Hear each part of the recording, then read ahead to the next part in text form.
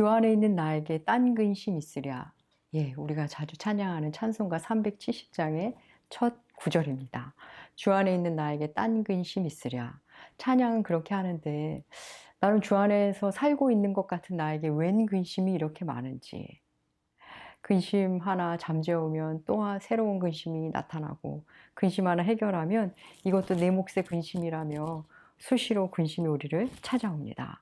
여러분, 우리들의 근심, 걱정, 염려, 거기서 나오는 한숨, 조바심, 불안함. 참 너무나 싫은 우리가 거부하고 싶은 단어들입니다. 어서 속히 벗어나고 싶은 그런 무거운 감정들입니다. 우리가 싫어하는 그 근심, 걱정, 염려는 사실 결국은 모자람, 결핍, 부족함에서 오는 것들입니다.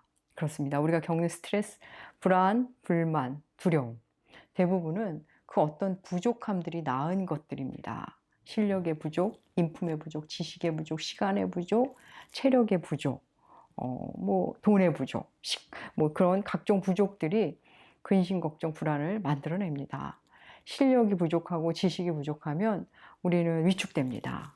사랑이 부족하면 시기와 질투가 우리 마음에 찾아듭니다. 또 우리 인품이 부족하면 관계에 문제가 생깁니다. 관계에 문제가 생기면 외롭고 서럽고 억울합니다. 또 믿음이 부족하면 두려움이 생깁니다. 시간이 부족하면 긴장을 동반한 불안이 찾아옵니다. 잠이 부족하거나 운동이 부족하면 건강에 문제가 생깁니다. 돈이 부족하면 불편합니다. 그렇습니다. 부족, 결핍, 모자람. 결국 우리에게 근심을 던져줍니다.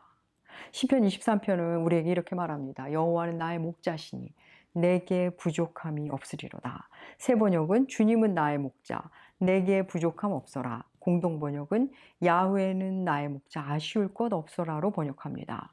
부족함 없어라, 아쉬울 것 없어라. 여러분, 부족함 없는 삶, 아쉬울 것 없는 삶, 생각만 해도 얼마나 좋습니까? 우리는 모두 부족함 없고 아쉬울 것 없는 삶을 꿈꿉니다. 부족함 없는 삶, 아쉬울 것 없는 삶을 살기 위해서 많은 시간과 에너지와 돈을 들입니다. 밤낮 없이 열심히 삽니다. 여러분, 그런데 그렇다고 해서 부족함이 없어지시던가요? 예, 얼마간은 아마 없어지셨을 겁니다. 그런데 새로운 부족, 신선한 부족함이 우리에게 찾아옵니다. 여러분, 부족할 것 없어 보이는 사람, 그분에게 가서 부족함이 없냐고 한번 물어보신 적 있으십니까? 분명 그분들도 부족함이 있다고 말씀할 겁니다. 스스로 부족함 없다고 생각하는 사람을 찾기란 정말 쉽지 않습니다.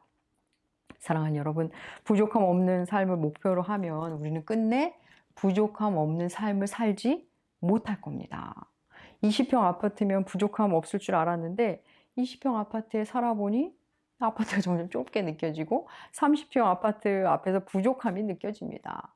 취업만 하면 부족함 없을 줄 알았는데 취업하고 나니 상사 때문에 직장 동료 때문에 새로운 부족과 결핍을 느끼게 됩니다. 월급을 얼마간 받으면 부족할 거 없을 것 같았는데 그 얼마간 받아도 계속 턱없이 부족함을 느껴집니다. 이 정도 사람이라면 만족스럽고 괜찮을 줄 알았는데 시간이 지날수록 내 마음에 차지가 않습니다. 부족하고 왜 이렇게 부족한지.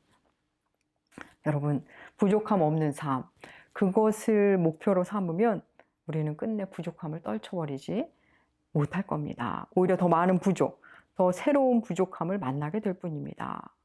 그럼 우리는 어떻게 해야 할까요? 여호와가 나의 목자가 되는 삶을 살아야 합니다.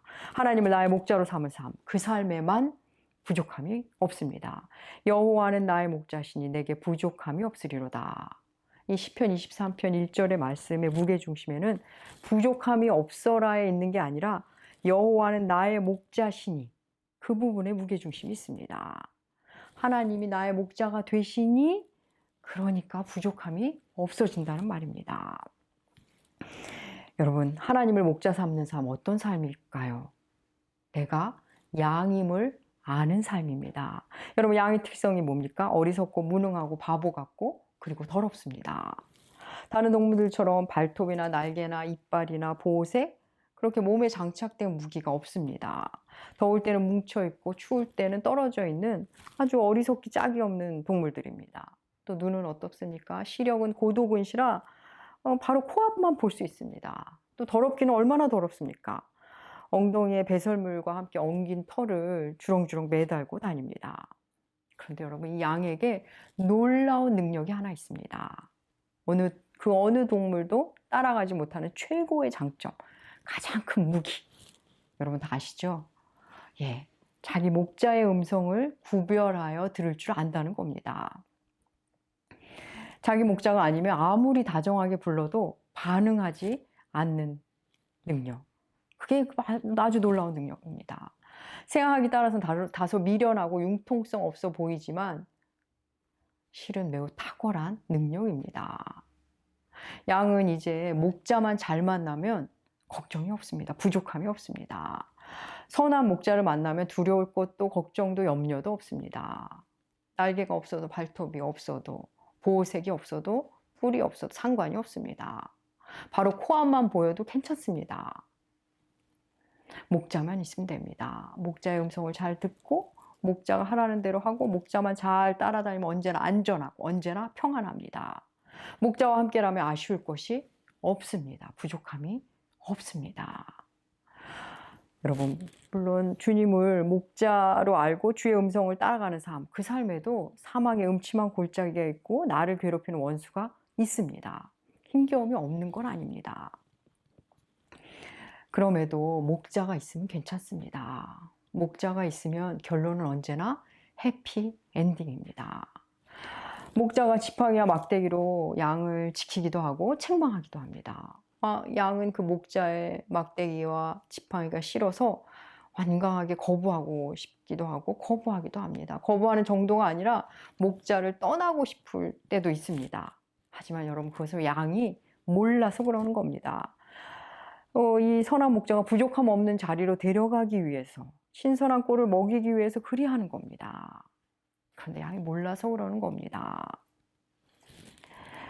어리석은 양이 어떻게 목자의 마음을 다 알 수 있겠습니까?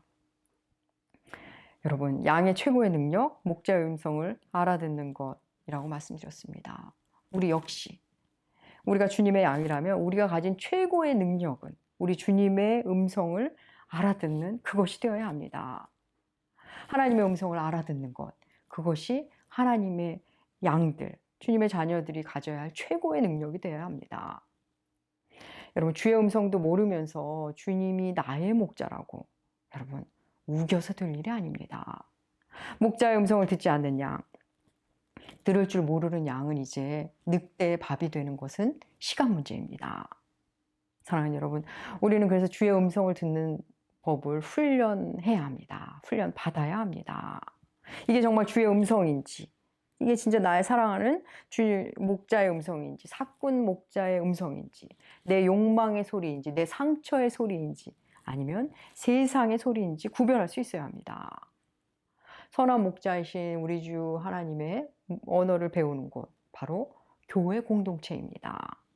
하나님의 말씀인 성경을 우리는 교회 안에서 배워야 합니다. 그리고 주의 음성을 들으며 살아온 우리 믿음의 선배들, 선배 양에게 또 배워야 합니다. 성경은 내내 하나님과 우리의 관계를 목자와 양에 비유합니다. 그럼 모세는 비록 장인의 양을 쳤지만 목자로서 살아봤습니다. 다윗 어떻습니까? 다윗도 역시 아버지의 양을 치기는 했지만 그는 양을 치는 양치기였습니다. 다윗이 양을 지킬 때 사자나 곰이 와서 양떼에서 새끼를 물어가면 그 입에서 새끼를 건져내는 아주 용감한 양치기였습니다. 모세와 다윗에게 굳이 목자의 삶을 경험하게 하신 이유, 그것은 바로 하나님이 목자이심을 알게 하시기 위함이었습니다. 바로 그 마음으로 이스라엘 백성을 출애굽시켜야 함을, 바로 그 마음으로 유대 왕국을 다스려야 함을 하나님이 가르치신 겁니다. 우리 주님은 요한복음에서 나는 선한 목자라고 친히 말씀하십니다. 요한복음 10장 14절과 15절 말씀을 제가 읽어보도록 하겠습니다. 주님의 말씀입니다. 나는 선한 목자라. 나는 내 양을 알고 양도 나를 아는 것이 아버지께서 나를 아시고 내가 아버지를 아는 것 같으니 나는 양을 위하여 목숨을 버리노라. 아멘. 사랑하는 여러분, 예수 그리스도 우리 주님은 선한 목자이십니다. 우리를 위해 목숨을 버리신 분, 우리를 위해 자신의 목숨을 내어주신 분, 그분이 우리의 목자십니다. 여러분, 그분을 따르면 우리에게 점점 부족함이 없는 그런 삶을 우리가 살게 되는 겁니다. 여러분, 우리는 하나님을 목자 삼지 않은 채 부족한 현실만을 탓합니다. 나는 왜 예수를 믿는데 이렇게 힘이 들지? 왜 이렇게 근심이 많지? 왜 내 삶을 이렇게 부족함 투성이지? 여러분, 우리가 주님을 목자 삼지 않아서입니다. 부족함이 느껴질 때 내가 하나님 목자 삼지 않았구나를 발견하셔야 합니다. 내가 다른 것을 지금 목자 삼고 살고 있구나를 여러분 만나셔야 합니다. 내가 누구를 또 무엇을 목자 삼고 있는지를 점검해 보셔야 합니다. 그럼 지난해인 것 같습니다. 제가 보더콜리라는 개를 처음 알게 되었습니다. 양치개로 유명한 품종이라고 합니다. 영리하기로는 개 품종에서 1, 2위를 다투는 그런 녀석들이라고 합니다. 제가 TV를 보는데 TV 한 프로에서 보더콜리가 나옵니다. 그 프로는 개와 주인의 이야기, 개와 주인 관계에서 문제 있는 개들을 다루는 그런 프로였습니다. 주인의 힘으로 통제가 안 되는 그런 개를 교정하고 훈련하는 프로였습니다. 그날의 주인공 개는 낯선 개를 보면 정신없이 지저대는 개였습니다. 주인의 말을 전혀 듣지 않습니다. 산만하게 지저대는 주인의 통제하에 들어오지 않는 그런 개였습니다. 그런 개를 교정하기 위해서 헬퍼견으로 보더콜리가 자신의 주인과 등장합니다. 주인공 개가 역시나 이 보더콜리를 보자마자 정신없이 지저댑니다. 주인이 아무리 통제를 해도 소용이 없습니다. 주인은 안중에도 없습니다. 그냥 보더콜리를 보고 그냥 마구마구 지저댑니다. 그런데 이 헬퍼견으로 등장한 보더콜리, 이 녀석은 주인과 함께 주인만 바라보면서 너무나 평화롭게 있었습니다. 옆에서 그 주인공 개가 아무리 지저대도 전혀 반응하지 않았습니다. 신경을 쓰는 것 같지 않았습니다. 오직 자기 주인만 바라보고 주인의 손짓에만 움직이고 주인 곁에서 그냥 다정하게 눈 하나 깜짝 안 하고 있는 것 같았습니다. 곁에서는 개 한 마리가 미친 듯이 짖고 있는데 보더콜리는 주인과 함께 딴 세상인 것처럼 그 주변은 아주 평화로워 보였습니다. 저는 그 장면을 보고 얼마나 감동받았는지 모릅니다. 나도 주님의 보더콜리가 되고 싶다. 나도 주님의 보더콜리로 살고 싶다라고 생각을 했습니다. 오직 주님의 음성에만 반응하는 주인의 음성에만 반응하는 보더콜리. 주변이 어떠하든 상황과 조건이 어떠하든 영향받지 않고 오직 예수만 바라보는 삶. 저는 그날 이후 정말 보더콜리에 반해서 그 보더콜리를 제 신앙의 모델로 삼기로 했습니다. 사랑하는 여러분, 앞으로도 우리 인생에 수많은 결핍과 부족과 가난과 불임이 여러 모양으로, 여러 형태로 우리에게 찾아올 겁니다. 우리가 잘못해서 찾아오기도 하지만 여러분 세상은 그리고 우리는 본디 그런 존재입니다. 에덴에는 수많은 과일이 있는 아주 완벽한 곳이었는데 모든 과실을 제쳐두고 선악을 알게 하는 나무를 바라보았던 그날의 아담처럼 우리도 계속 그런 모양새로 살고 있기 때문입니다. 사랑하는 여러분, 세상의 목소리에 귀를 기울이면 우리는 늘 부족함을 느끼게 될 겁니다. 세상은 우리를 향해 계속 이 정도는 먹어야지, 이 정도 집엔 살아야지, 이 정도 차는 타야지, 이 정도는 누려야지, 이 정도는 인정받아야지, 이 정도는 유명해져야지, 더 우리를 불만족의 삶으로 계속 초대할 겁니다. 그러면서 우리의 머리에, 우리의 어깨에, 우리의 등에 새로운 근심들을 차곡차곡 쌓아줄 겁니다. 사랑하는 여러분, 거기에 속으시면 안 됩니다. 목마른 우리에게 자꾸 바닷물을 갖다 주는 격입니다. 염려와 근심, 걱정, 스트레스가 몰려올 때, 불만족이 나를 휘감을 때, 여러분, 다윗의 이 시편, 다윗의 노래를 떠올리십시오. 여호와는 나의 목자시니 내게 부족함이 없으리로다. 나는 지금 무엇을 목자 삼고 있는지 돌아보십시오. 나는 과연 하나님의 음성을 듣고는 있는 건지 돌아보십시오. 여러분, 이 땅에서 우리의 삶의 목표는 부족함이 없는 삶이 아닙니다. 하나님을 목자 삼는 삶입니다. 하나님이 내 목자가 되시도록 내가 그분의 양이 되면, 내가 그분의 양으로 살면 그때 만족, 흡족, 기쁨, 평안, 그런 것들은 덤으로 따라옵니다. 사랑하는 여러분, 그리스도인의 만족과 불만족은 외부의 상태가, 상황이 그것들이 결정해 주지 않습니다. 그리스도인의 만족도는 주와 함께 있느냐, 그렇지 않느냐에서 나옵니다. 아무리 나의 창고가, 나의 통장이 차고 넘쳐도, 아무리 인기가 많아도, 아무리 원하는 것을 내가 다 이루었다 해도, 내 손에 가졌다 해도 하나님의 음성이 들리지 않으면, 나의 목자의 음성이 들리지 않으면 한없이 불안해지는 사람들, 그들이 그리스도인입니다.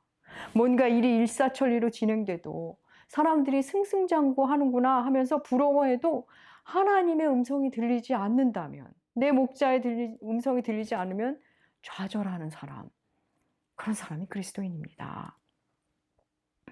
사랑하는 여러분, 여호와 하나님을 목자 삼은 양에게는 여호와의 선하심과 인자하심이 그 삶에 나타납니다. 하나님의 선하심과 인자하심에 둘러싸인 삶, 그리 살다 보면 어느새 죽어도 여한이 없는, 죽어도 아쉬울 것 없는, 진짜 부족함이 없는, 그래서 세상 사람들은 도무지 이해할 수 없는 그런 그리스도인이 될 것입니다. 사랑하는 여러분, 하나님의 음성을 최우선으로 하는 주님의 양으로 사십시오. 그러면 우리가 느껴온 그 부족함이 더 이상 우리를 지배하지 못할 겁니다. 주 안에 있는 나에게 딴 근심들이 점점 맥을 못 추게 될 것입니다. 사랑하는 권작동 교우 여러분, 오늘 권작동 수요 설교는 주님의 말씀을 나에게 들려줌으로, 나 자신에게 들려주는 것으로 말씀을 마치도록 하겠습니다. 우리 함께 시편 23편 1절을 한 목소리로 낭독하겠습니다. 여호와는 나의 목자시니 내게 부족함이 없을지로다. 아멘. 기도하겠습니다. 하나님 아버지, 우리의 목자시며 우리의 아버지 되신 주님을 찬양합니다. 부족함 없는 삶을 목표로 삼지 말고 하나님 아버지를 나의 목자로 삼는 그 삶, 그 삶을 우리 삶의 목표로 하겠습니다. 하나님만일 나의 목자로 삼는 우리들, 우리 가정, 우리 교회 되게 하여 주시옵소서. 주님의 양으로 우리의 남은 삶을 살게 하여 주시옵소서. 감사드리며 존귀하신 예수님의 이름으로 기도합니다. 아멘.